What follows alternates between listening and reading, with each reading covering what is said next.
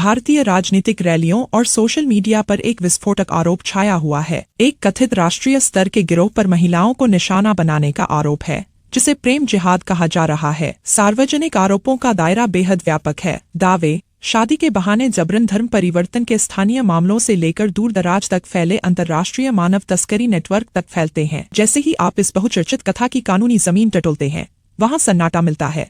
Media में इसकी जबरदस्त मौजूदगी के बावजूद प्रेम जिहाद नाम का कोई विशिष्ट अपराध भारतीय दंड संहिता में कहीं दर्ज नहीं है। केंद्र सरकार ने संसद में साफ तौर पर कहा है कि इस कथित अपराध के लिए कोई अलग संघीय कानून मौजूद नहीं है, क्योंकि यह संघीय अपराध की श्रेणी में नहीं आता, इसलिए कोई केंद्रीकृत राष्ट्रीय आंकड़ा उपलब्ध नहीं है। वाकई में क्या हो रहा है, यह समझने के लिए हमें इस राजनीतिक छतरी जैसे शब्द से आगे बढ़कर आरोपों को 3 अलग अलग कानूनी हकीकतों में बांटना होगा, जिनकी रक्षा की जाती है: संरक्षित व्यक्तिगत पसंद, राज्य स्तर की आपराधिक जांच और वास्तविक मानव तस्करी। इन अलग अलग कानूनी श्रेणियों को सुलझाना ही एकमात्र तरीका है जिससे प्रमाणित स्थानीय अपराधों को अप्रमाणित राष्ट्रीय साजिशी कथाओं से अलग किया जा सकता है। इस विवाद की जड़ें केरल तक जाती हैं, जहां यह शब्द पहली बार 2009 में बड़े सार्वजनिक और कानूनी विमर्श का हिस्सा बना। उसी वर्ष केरल उच्च न्यायालय की जांच में पुलिस अभिलेखों के आधार पर इन दावों की पड़ताल की गई। प्राधिकारियों को राज्य में किसी संगठित नेटवर्क या सिंडिकेट के ठोस प्रमाण नहीं मिले। यह बहस 2017 से 2018 के बीच हादिया मामले के साथ एक स्थानीय विवाद से उठकर राष्ट्रीय स्तर पर पहुंच गई। उनकी अंतर्धार्मिक शादी और इस्लाम में धर्मांतरण को परिवार ने सख्ती से चुनौती दी और इसे तुरंत व्यापक राजनीतिक बहस से जोड़ दिया गया। यह मामला अंततः भारत के सर्वोच्च न्यायालय पहुंचा, जिसने 2018 में हादिया की शादी को पुनः मान्यता देने का आदेश दिया। इस निर्णय ने विवाह और आस्था के मामलों में वयस्कों के पूर्ण व्यक्तिगत अधिकार के लिए एक मजबूत कानूनी मिसाल स्थापित की। कानून एक सख्त सीमा रेखा खींचता है। किसी महिला का धर्म बदलने का स्वैच्छिक फैसला संविधान से संरक्षित अधिकार है। यह तभी आपराधिक कृत्य बनता है जब धमकी, धोखे या जबरदस्ती के ठोस सबूत मौजूद हों।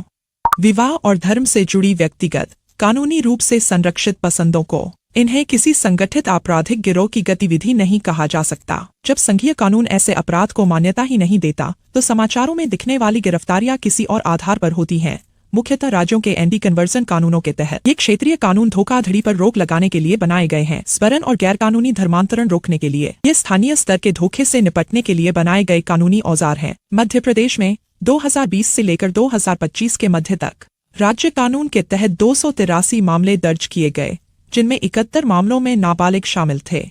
महत्वपूर्ण बात यह है कि इनमें से 197 मामले अभी अदालतों में लंबित हैं। ये चल रही पुलिस जांचें हैं, न कि सिद्ध दोष सिद्धियां। दोष सिद्धियों के स्तर पर भी तस्वीर बेहद बिखरी हुई है। राजस्थान में 5 साल की अवधि में आधिकारिक रिकॉर्ड दिखाते हैं कि सीधे लव जिहाद नाम से एक भी मामला दर्ज नहीं हुआ। राज्य धर्मांतरण विरोधी FIR तो दर्ज करता है, पर बिल्कुल अलग कानूनी शब्दों में। राज्य स्तर की FIR दिखाती है कि अधिकारी धोखाधड़ी और जबरदस्ती के आरोपों की जांच कर रहे हैं। अलग अलग इलाकों से आई अप्रमाणित शिकायतों की फहरिस्त को ठोस, देशव्यापी धार्मिक साजिश का सबूत नहीं माना जा सकता। सबसे चरम सार्वजनिक दावे राज्य की सीमाओं से भी आगे बढ़ जाते हैं, आरोप लगाते हुए कि एक संगठित धार्मिक नेटवर्क हिंदू महिलाओं की तस्करी कर विदेशी देशों में बेच रहा है। यह चार्ट देश में IPC के मानव तस्करी के मामलों को दिखाता है। 2019 में ऐसे 1639 मामले दर्ज हुए। 2020 में उल्लेखनीय गिरावट आई, फिर तेज बढ़ोतरी से 2023 तक 2166 मामले हो गए। भारत एक ठोस और लगातार बढ़ते मानव तस्करी संकट से जूझ रहा है।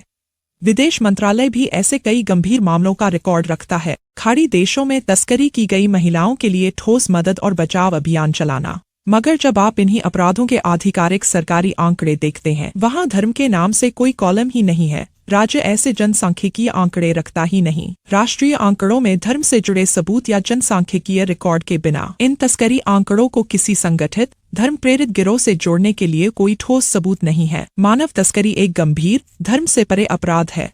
इसे घरेलू अंतर्धार्मिक विवाह विवादों के साथ मिला देना असली पीड़ितों को अदृश्य कर देता है। जब हम पूरे सबूतों को देखते हैं, तो राष्ट्रीय स्तर पर किसी एक बड़े लव जिहाद षड्यंत्र का दावा संघीय रिकॉर्ड से बिल्कुल भी समर्थित नहीं होता। आंकड़े 3 अलग अलग प्रमाणित वास्तविकताओं की ओर इशारा करते हैं। संवैधानिक रूप से संरक्षित व्यक्तिगत विकल्प, राज्य स्तर पर सीमित दायरे वाली धोखाधड़ी की जांचें और एक सख्ती से गैर धार्मिक मानव तस्करी संकट। इन बिल्कुल भिन्न कानूनी स्थितियों को एक ही राजनीतिक रूप से भरे हुए छत्र शब्द के तहत रख देना सीधे सीधे यह सच को तोड़ मरोड़ देती है। यह जनता का ध्यान और संसाधन प्रवर्तन से भटका देती है। जबरन दबाव और तस्करी जैसे असली अपराधों से निपटने के लिए समाज को अप्रमाणित सिद्धांतों को त्याग कर चलना होगा। प्रभावी प्रवर्तन के लिए प्रतिक्रिया सत्या